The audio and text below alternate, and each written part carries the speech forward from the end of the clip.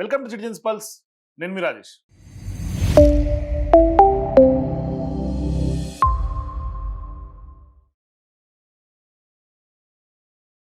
గత కొద్ది కాలంగా తెలంగాణ రాష్ట్ర రాజకీయాల్లో 10 మంది ఎమ్మెల్యేలు ఎవరైతే పార్టీలు ఫిరాయించారో వాళ్ళకి సంబంధించి అనర్హత వేటు వేయాలి అన్నది బీఆర్ఎస్ పార్టీ సీరియస్ పోరాటం చేస్తోంది ఒకవైపు. సో ఈ నేపథ్యంలో ఇప్పటికే స్పీకర్ మీద ఒత్తిడి ఉంది. సుప్రీంకోర్టు కొంత టైం బౌండ్ ఫ్రేమ్ చేసింది. ఇటువంటి సందర్భాల్లో స్పీకర్ ఇప్పుడు తాజాగా ఇద్దరి ఎమ్మెల్యేలకు సంబంధించి అంటే దానం నాగేందర్, కడియం శ్రీహరికి సంబంధించినటువంటి అనర్హత వేటు విషయంలో తీర్పిచ్చారు. కొంత సంచలనమైనటువంటి తీర్పుగానే మనం చెప్పుకోవాల్సినటువంటి అవసరం ఉన్నా, కానీ ఇవాళ మొత్తం 10 మందికి క్లీన్ చిట్ ఇచ్చేసాడు. అంటే గతంలో ఇచ్చినటువంటి 8తో చేరుకొని ఇవాళ ఇచ్చినటువంటి ఇద్దరితో కలిపితే మొత్తం 10 మంది. వీళ్ళందరూ కూడా పార్టీ ఫిరాయించినటువంటి వాళ్ళే. సో ఇప్పుడు వీళ్ళందరూ కూడా బీఆర్ఎస్ పార్టీ ఎమ్మెల్యేలే అని స్పీకర్ ఇవాళ రాజ్యాంగబద్ధమైనటువంటి పదవిలో ఉన్నటువంటి స్పీకర్ ఇవాళ ప్రజాస్వామ్యాన్ని కూని చేశారని స్పష్టంగా చెప్పుకోవచ్చు. అయితే ఇక్కడ కోర్టులను లేదు అంటే నిజంగా కోర్టులకు అంటే చట్టానికి న్యాయానికి కళ్ళు ఉండవు. వాస్తవానికి సాక్ష్యాలే కావాలి. ఎందుకంటే న్యాయ దేవతకు కూడా కళ్ళకి నల్ల గుడ్డ కట్టి ఉంటుంది.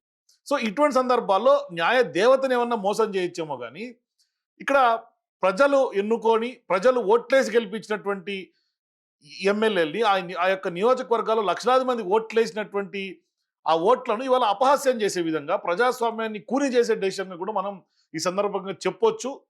మరోవైపు బీఆర్ఎస్ పార్టీ ఎమ్మెల్యేలు బీఆర్ఎస్ పార్టీ నాయకత్వం కూడా ఇటువంటి స్టేట్మెంట్సే ఇవాళ ప్రజాస్వామ్యం పైన జరుగుతున్నటువంటి బహిరంగ దాడిగానే ఈ తీర్పును అభివర్ణించారు. అయితే ఇక్కడ బీఆర్ఎస్ పార్టీ పోరాటం అయితే చాలా సీరియస్ గానే చేసింది గత కొంతకాలంగా. అంటే వీళ్ళ మీద ఖచ్చితంగా అనర్హత వేటు వేయాలి అని. అయితే ఒకటి గత కొంతకాలంగా దేశంలో అనేక ఎమ్మెల్యేల అనర్హత వేటుకు సంబంధించినటువంటి ఎమ్మెల్యేల విషయంలో ఇటువంటి డెసిషన్స్ వచ్చినాయి. కొంతమంది మీద అనర్హత వేటు కూడా పడింది. వేసినటువంటి స్పీకర్లు ఉన్నారు. హైకోర్టు ఆర్డర్ల మీద అనర్హత వేటు పడినటువంటి సందర్భాలు ఉన్నాయి కొన్ని రాష్ట్రాల్లో.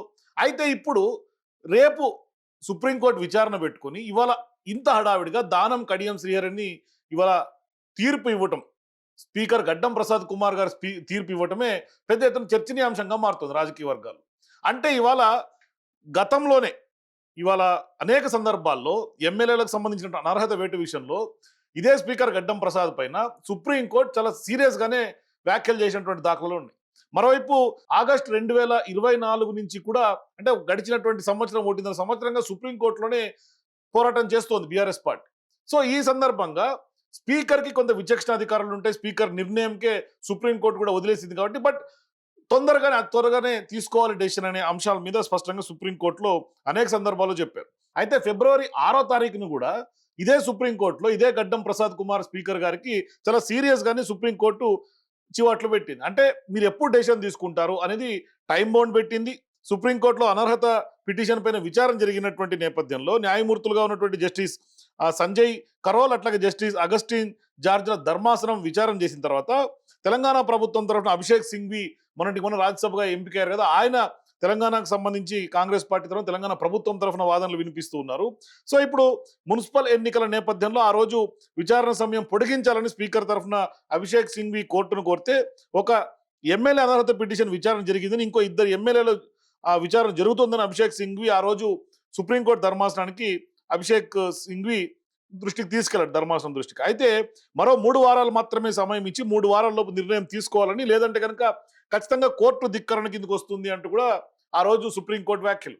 అంటే ఇవాళ రేపు సుప్రీంకోర్టులో తీర్పు పెట్టుకుని 3 వారాల గడువు అయిపోయే అవకాశం ఉంది కాబట్టి ఇప్పుడు ఇవాళ హుటాహుటిన ఆయన మొన్న వారం విచారణ పిలిచారు దానం నాగేంద్రకి కడియం శ్రీహరికి. విచారణ తర్వాత ఇవాళ ఎటువంటి ఆధారాలు లేవు అని అంటే బీఆర్ఎస్ బీఫామ్ మీద ఎమ్మెల్యేగా గెలిచి కాంగ్రెస్ పార్టీ బీఫామ్ మీద ఎంపీగా పోటీ చేసినటువంటి దానం నాగేందర్కు సంబంధించినటువంటి కూడా సాక్ష్యాలు లేవు అని స్పీకర్ గారు చెప్పారు. అంటే నిజంగా ఈ డెసిషన్ ని చాలా హాస్యాస్పదంగా కనిపిస్తుంది. నేను మరి మిమ్మల్ని అందరిని అడుగుతున్నా, ఎండకింత సేపు ఉన్నారు, దానం నాగేందర్ను ఎంత మెజార్టీతో గెలిపిస్తారు? లక్షనా లక్షనా లక్షనా లక్షనా?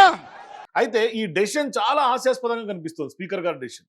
మరి ఇంత బహిరంగంగా ఒక పార్టీ బీఫామ్ మీద ఎమ్మెల్యే గెలిచి మరో పార్టీ బీఫామ్ మీద ఎంపీగా పోటీ చేసినటువంటి దానం నాగేందర్ది కూడా ఇవాళ పార్టీ ఫిరాయింపు కాదు అని స్పీకర్ ఇచ్చారంటే, బీఆర్ఎస్ పార్టీ ఎమ్మెల్యే అని ఇచ్చారంటే ఇంతకంటే ప్రజాస్వామ్యం కూనీ చేసినటువంటి పరిస్థితులు ఎక్కడ ఉండవు. మరి ఇవాళ స్పీకర్ ఎందుకు ఇటువంటి నిర్ణయం తీసుకున్నారనేది పెద్ద ఎత్తున మేధావులు అట్లాగే రాజకీయ వర్గాలు అందరూ కూడా చర్చించుకుంటున్నటువంటి పరిస్థితి. అంటే ఇంత బహిరంగంగా దానం నాగేందర్ పూర్తిగా లీగల్ గా డాక్యుమెంటల్ ఎవిడెన్స్ కూడా ఉన్న తర్వాత కూడా ఇవాళ ఆధారాలు లేవని చెప్పే పరిస్థితి. సో ఇప్పుడు సుప్రీంకోర్టులో ఏం జరగబోతుందనే ఒక ఉత్కంఠ కూడా ఉంది. ఎందుకంటే ఇవాళ దానం నాగేందర్కి సంబంధించి, కడియం శ్రీహరికి సంబంధించి, అట్లాగే ఇతర ఎమ్మెల్యేలకు సంబంధించి ఇప్పటికే బీఆర్ఎస్ పార్టీ స్పీకర్ దగ్గర విచారణ సందర్భంగా అన్ని ఆధారాలు సమర్పించింది. అదేవిధంగా సుప్రీంకోర్టులో కూడా అనేక ఆధారాలు స్పష్టంగా బీఆర్ఎస్ పార్టీ సమర్పించింది. మరి ఇప్పుడు స్పీకర్ నిర్ణయం తర్వాత ఇప్పుడు ఇదే స్పీకర్ నిర్ణయాన్ని సుప్రీంకోర్టులో ఖచ్చితంగా స్పీకర్ తెలంగాణ ప్రభుత్వం తరఫున ఉన్నటువంటి అభిషేక్ సింఘ్వి రేపు సుప్రీంకోర్టులో చెప్పే అవకాశాలు ఉంటాయి. సో ఇప్పుడు వాళ్ళందరూ కూడా బీఆర్ఎస్ పార్టీ ఎమ్మెల్యేలు పార్టీ ఫిరాయించలేదు, స్పీకర్ గారు నిర్ణయం తీసుకున్నారని స్పీకర్ నిర్ణయాన్ని సుప్రీంకోర్టు ముందు పెడతారు. మరి ఇప్పుడు సుప్రీంకోర్టు ఏం వ్యాఖ్యలు చేస్తుంది, ఎట్లా తీసుకుంటుంది ఈ అంశాన్ని? మరి నిజంగానే ఇవాళ ఇటువంటి లీగల్గా అన్ని ఎవిడెన్స్ ఉన్నటువంటి కేసులో సుప్రీంకోర్టు ఖచ్చితంగా సీరియస్గా రియాక్ట్ అవ్వాల్సినటువంటి సందర్భమే అవుతుందేమో అన్న అనుమానాలు కలుగుతూ ఉన్నాయి. మరి సుప్రీంకోర్టు ఎటువంటి నిర్ణయం తీసుకుంటుంది? ఎందుకంటే స్పీకర్ ఏమన్నా ఈ నిర్ణయం మీద సుప్రీంకోర్టు తప్పుపడుతుందా, లేదు స్పీకర్కే పూర్తి స్థాయిలో విచక్షణ అధికారాలు ఉంటాయి కాబట్టి మరి ఇవాళ స్పీకర్ డెసిషన్కే సుప్రీంకోర్టు కూడా కొంత అగ్రీ చేసి మీరు తదుపరి ఏమన్నా చెప్పాల్సినటువంటి అంశాలు ఉంటేనో లేదంటే ఇంకేమన్నా పార్టీ ఫిరాయింపులకు సంబంధించినటువంటి అంశం ఉంటే ఒకవేళ మీరు కనుక అనర్హత వేటు వెయ్యాలి అని అనుకుంటే అంటే వేసే అవకాశము ఆ డిమాండ్ ఏమన్నా బీఆర్ఎస్ పార్టీ నుంచి వస్తే ఖచ్చితంగా మళ్ళీ హైకోర్టుకి వెళ్ళమని ఏమన్నా చెప్పే అవకాశం ఏమన్నా ఉంటుందా అనేది కొంత చర్చ జరుగుతోంది. అయితే నాకు తెలిసి ఈ వ్యవహారంలో స్పీకర్ అడ్డంగా ఇరుక్కున్నారేమో అని అనిపిస్తోంది. అయితే అది కోర్టులో ఇరుక్కున్నారా లేదు ప్రజాక్షేత్రంలో ఇరుక్కున్నారా అనేది ప్రజలు డిసైడ్ చేయాల్సినటువంటి అవసరం ఉంది. ఎందుకంటే అంటే గడిచినటువంటి 1.5 ఇయర్గా ఎప్పుడైతే పార్లమెంట్ ఎన్నికల కంటే ముందే ఈ ఫిరాయింపుల భాగోతాన్ని తెరలేచింది తెలంగాణలో. అంటే అసెంబ్లీ ఎన్నికల్లో బీఆర్ఎస్ పార్టీ గెలిచినటువంటి వాళ్ళందరూ కూడా కడియం శ్రీహరి ఆ రోజు బీఆర్ఎస్ పార్టీకి మద్దతుగా పలికి కాంగ్రెస్ పార్టీని వ్యతిరేకించినటువంటి కడియం శ్రీహరి పార్లమెంట్ ఎన్నికల ముందు తన సొంత కూతురు టికెట్ కోసం కడియం కావ్య కోసం ఆయన పార్టీ ఫిరాయించారు. అయితే ఇవాళ ఆయన ఏమంటారో కూడా చూడండి, స్పష్టంగా చెప్తూ ఉన్నాడు ఆయన. నేను బీఆర్ఎస్ పార్టీ అధిష్టానంతో విభేదించి బీఆర్ఎస్ పార్టీతోనే ఉన్నాను, నేను బీఆర్ఎస్ పార్టీ ఎమ్మెల్యేనే, కానీ నేను కాంగ్రెస్తో కలిసి పనిచేస్తున్నా. ఇది ఎంత మెలికబెట్టే స్టేట్మెంట్ చూడండి ఆయన మాట్లాడినటువంటి వ్యాఖ్యలు. నేను బీఆర్ఎస్ పార్టీ సభ్యునిగానే కొనసాగుతున్నాను. బీఆర్ఎస్ పార్టీ నాయకత్వంతో విభేదించి ఎమ్మెల్యేగా పనిచేస్తున్నాను. నా నియోజకవర్గ అభివృద్ధి కొరకు కాంగ్రెస్ ప్రభుత్వంతో కలిసి పనిచేస్తున్నాను. సో ఇప్పుడు మీ నాయకుడు కేసీఆర్ గారు, మా నాయకుడు కేసీఆర్ అవునా కాదా అనేది ఈ తీర్పు వచ్చిన తర్వాతనే కేసీఆర్ అర్థం చేసుకోవాలి. విన్నారు కదా కడియం శ్రీహరి ఏమంటున్నాడు? స్పష్టంగా బీఆర్ఎస్ పార్టీ అధిష్టానంతో నాయకత్వంతో విభేదించి నేను కాంగ్రెస్తో కలిసి పనిచేస్తున్నా ఆయనే స్వయంగా చెప్తూ ఉన్నారు. చాలా తెలివిగా మాట్లాడుతున్నట్టుగా మనకు కనిపిస్తోంది. సొంత కూతురేమో ఎంపీగా కాంగ్రెస్ పార్టీ నుంచి గెలిచింది, తండ్రేమో బీఆర్ఎస్ పార్టీతో గెలిచాడు. అట్లాగే కాంగ్రెస్ పార్టీకి సంబంధించినటువంటి అనేక డయాస్లు కూడా కడియం శ్రీహరి పంచుకున్నారు. దానం విషయమేమో ఖచ్చితంగా బీఫార్మ్స్ వ్యవహారం క్రిస్టల్ క్లియర్ కనిపిస్తోంది. అట్లాగే బండ్ల కృష్ణమోహన్ ఎవరైతే గద్వాలకు సంబంధించినటువంటి ఎమ్మెల్యే ఉన్నారో ఆయనకు సంబంధించి కూడా కాంగ్రెస్ పార్టీ ప్రచారాలన్నింటిలో కూడా ఆయన పార్టిసిపేట్ చేశాడు. తాజాగా కూడా గాంధీ భవన్లో జరిగినటువంటి మీటింగ్లలో కూడా జగిత్యాలకు సంబంధించినటువంటి డాక్టర్ సంజయ్ హాజరయ్యాడు. బండ్ల కృష్ణమోహన్ సంబంధించినటువంటి వ్యవహారం అక్కడ తెలంగాణ కాంగ్రెస్లోనే కాకరేపుతోంది. ఒకవైపు జగిత్యాల మరుగుతోంది ఇక్కడ ఒకవైపు. అయితే ఇదే జగిత్యాలలో మాజీ మంత్రి జీవన్ రెడ్డి వర్సెస్ డాక్టర్ సంజయ్ గా కనిపిస్తోంది. ఇప్పుడు ఒక్కటి బాబు, ఏ అంశమైనా కానీ మీకు తెలియకుంటే ఇది జరగదు. ఈ అంశం మీకు తెలియకుంటే ఇది జరగదు. సరే, నేను మున్సిపల్ ఎన్నికల ఫలితాలు వెలువడ్డ నాడే చెప్పాను. నేను అంటే చైర్పర్సన్ ప్రకటింపబడ్డ నాడే కాంగ్రెస్ పార్టీలో కొనసాగడం కొంత ఆలోచించుకునే పరిస్థితి ఏర్పడ్డది అని చెప్పి నేను ఆల్రెడీ చెప్పాను. అంతే తప్పేదైతే ఇంకా దాని ఫర్దర్ ఇంతవరకు ఏం మూమెంట్ లేదు. చూద్దాం, లెట్ us see. అట్లాగే పటాన్ చెరువు నియోజకవర్గం సంబంధించినటువంటి గూడెం మైపాల్ రెడ్డి వ్యవహారం కూడా ఆ విధంగానే కొనసాగుతోంది. అంటే కాంగ్రెస్ పార్టీలోకి వచ్చిన తర్వాత కాంగ్రెస్ పార్టీ నాయకత్వం కానీ క్యాడర్ కానీ లోకల్గా ఎవరు కూడా ఈ బీఆర్ఎస్ పార్టీ 10 మందికి సంబంధించినటువంటి ఎమ్మెల్యేలని స్వీకరించినటువంటి పరిస్థితిలో ఉంది. చాలా వరకు అన్ని నియోజకవర్గాలు ఇదే పరిస్థితి, ఎక్కడ కూడా కలిసి పనిచేసే పరిస్థితి లేదు.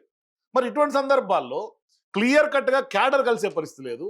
లీడర్లు మాత్రం స్వార్థ రాజకీయాల కోసమో లేదంటే కనుక అధికార దాహం కోసమో అధికార పార్టీలో ఉంటే బేఫికర్గా ఉండొచ్చు అనే అభిప్రాయమో లేకుంటే దంచుకునే వ్యాపారమో ఇదంతా కూడా తెలియాల్సినటువంటి అవసరం ఉంది. కానీ అధికారం కంటే అంటే అధికారంలోకి రాక మునిపే చాలా మంది పార్టీలు మారి కాంగ్రెస్ పార్టీ నుంచి పోటీ చేసినటువంటి వాళ్ళు ఉన్నారు. అటువంటి వాళ్ళ మీద ఎటువంటి ఇబ్బందులు లేవు.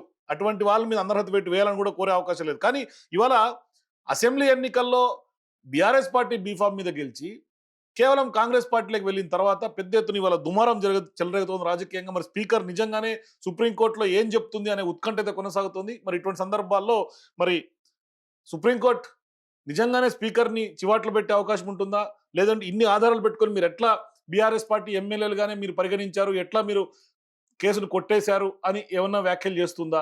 లేదు ఆయన డెసిషన్కే కొంత అగ్రి చేసి మీరు తదుపరి ఏమైనా ఉంటే హైకోర్టులో తేల్చుకోమని హైకోర్టులోకి ఏమైనా బాల్ విసిరే అవకాశం ఉంటుందా? కానీ బీఆర్ఎస్ పార్టీ అయితే పోరాటం చేస్తామని స్పష్టంగా చెప్తోంది కాబట్టి సో ప్రస్తుతం మనతో పాటు ఎమ్మెల్యే వివేక్ గారు మనతో పాటు జాయిన్ అవుతున్నారు. బీఆర్ఎస్ పార్టీ ఫిరాయింపుల మీద పోరాటం చేస్తున్నటువంటి ఎమ్మెల్యే మాట్లాడదాం. వివేక్ గారు నమస్తే.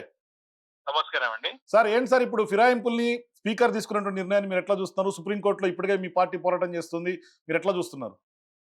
ఇది మొదటగా ఈరోజు కాంగ్రెస్ ప్రభుత్వం తెలంగాణ రాష్ట్రంలో స్పీకర్ గారు తీసుకున్న నిర్ణయానికి సమాధానం ఈరోజు రాహుల్ గాంధీ గారు సమాధానం చెప్పాలి దీనికి. ఎందుకంటే ఒకవైపు అయిన రాజ్యాంగం చేతులు పట్టుకుని ఫిరాయింపుదారు అయినట్టు ఎవరైనా సరే ఇమీడియట్ గా తక్షణం వారిని అనర్హులుగా ప్రకటించాలని చెప్పుకు తిరుగుతున్నటువంటి రాహుల్ గాంధీ గారు, మరి వారి కాంగ్రెస్ పార్టీ ఈరోజు తెలంగాణ రాష్ట్రంలో అధికారం ఉన్నది. వారి ప్రభుత్వం ఒక ఆదేశాలతోనే అంటే స్పీకర్ గారు వారి కీలుబొమ్మగా మారిన ప్రభుత్వం చేతిలో ఈ రోజు వారు క్లారిటీగా దీన్ని ఏది తన వైఖరి చెప్పాలి. అన్న 5 న్యాయలో నేను నా ఫస్ట్ 5 న్యాయాలు ఇది ఒకటి అది ఉంటది, ఇది నా టాప్ 5 లో ఇది టాప్ ప్రయారిటీ ఫిరాయింపుల దారుల పైన అని చెప్పినాడు. అది ఎంత దిగజారినటువంటి వ్యవహారం అంటే కాంగ్రెస్ చేతి గుర్తు పైన నిలబడినటువంటి వ్యక్తిని కూడా ఇంకా సమర్థించుకుంటూ ఇంకా టీఆర్ఎస్ పార్టీ ఉండి చెప్పుకోవడం అనేది ఎంతవరకు మరి కరెక్ట్ సమానం చెప్పాల్సిన అవసరం ఉందని చెప్పి నేను మనం ప్రశ్నించాల్సిన అవసరం ఉంది.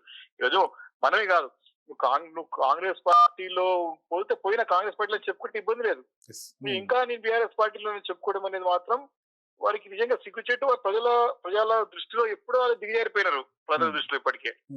కాబట్టి ఈ యొక్క ప్రక్రియ సరే ఏదేమైనా సరే ఇది ఒక తీర్పు అందరూ కూడా ఊహించిందే. 10 మంది శాసనసభ్యులకు సంబంధించినటువంటి ఎవరైతే ఉన్నారో ఇది ఊహించిందే.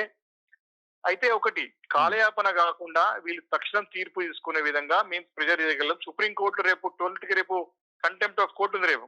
అవును, వాళ్ళు నిర్ణయం తీసుకోకపోతే స్పీకర్ గారు అక్కడ బోర్లు నిలబడే సందర్భం ఏర్పడుతుంది. అందుకే ఈ రోజు ఈ నిర్ణయం తీసుకురావడం జరిగింది. ఈ నిర్ణయాన్ని ఖచ్చితంగా కోర్టులో, హైకోర్టులో, సుప్రీంకోర్టులో ఛాలెంజ్ చేస్తాం, హైకోర్టులో ఛాలెంజ్ చేస్తాం. ఖచ్చితంగా ఇది నిలబడేది కాదు, ఖచ్చితంగా కోర్టులో కొట్టేయడం. సేమ్ ఇలాంటి వ్యవహారం వెస్ట్ బెంగాల్ లో జరిగింది, సేమ్ అదే ఇక్కడ ఖచ్చితంగా అవుతుంది. 10కి 10 మంది ఖచ్చితంగా అనర్హులుగా ప్రకటించబడతారు. సో ఇప్పుడు మళ్ళీ మీరు హైకోర్టు తలుపు తట్టే అవకాశం ఉంటుంది సుప్రీంకోర్టు తర్వాత? ఖచ్చితంగా హైకోర్టుకి వెళ్తాం. ఇప్పుడు మేము హైకోర్టు వెళ్ళగానే మాకు అనుకూలంగా తీర్పు వస్తుంది, మళ్ళీ వాళ్ళు సుప్రీంకోర్టు కూడా పోతారు, అక్కడ కూడా మాకు అనుకూలంగా వస్తుంది. కాబట్టి ఉన్న దారులను మూసుకుపోతాయి. కాబట్టి వ్యవధి 3 నెలలు 6 నెలలు పడుతుంది. కోర్టులు కూడా చాలా సీరియస్ ఉన్నాయి ఈ వ్యవహారంలో. 5 సంవత్సరాల వ్యవధి ఉన్నటువంటి ఈ యొక్క టర్మ్ ని మనం ఎందుకు ఈ కాలయాపన చేసుకుంటూ పోవాలి అని కోర్టు అభిప్రాయపడ్డది గతంలో కూడా.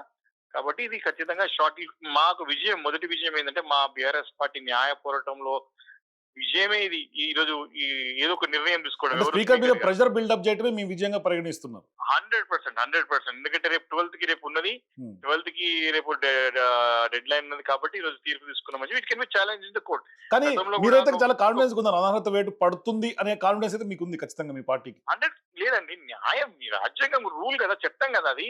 ఇప్పుడు ప్రత్యక్షంగా వాళ్ళు నేను కండవలు వేసుకుని పోటీ చేసి వాళ్ళ కుటుంబ సభ్యులకి టికెట్ ఇప్పించుకొని బాహటంగా ప్రచారం చేసి నన్ను క్రియేట్ చేసిందంటే ప్రజలని తప్పుదో అంటే ఎన్ని రోజులు అన్ని సందర్భాల్లో అందరినీ మోసం చేయలేమండి.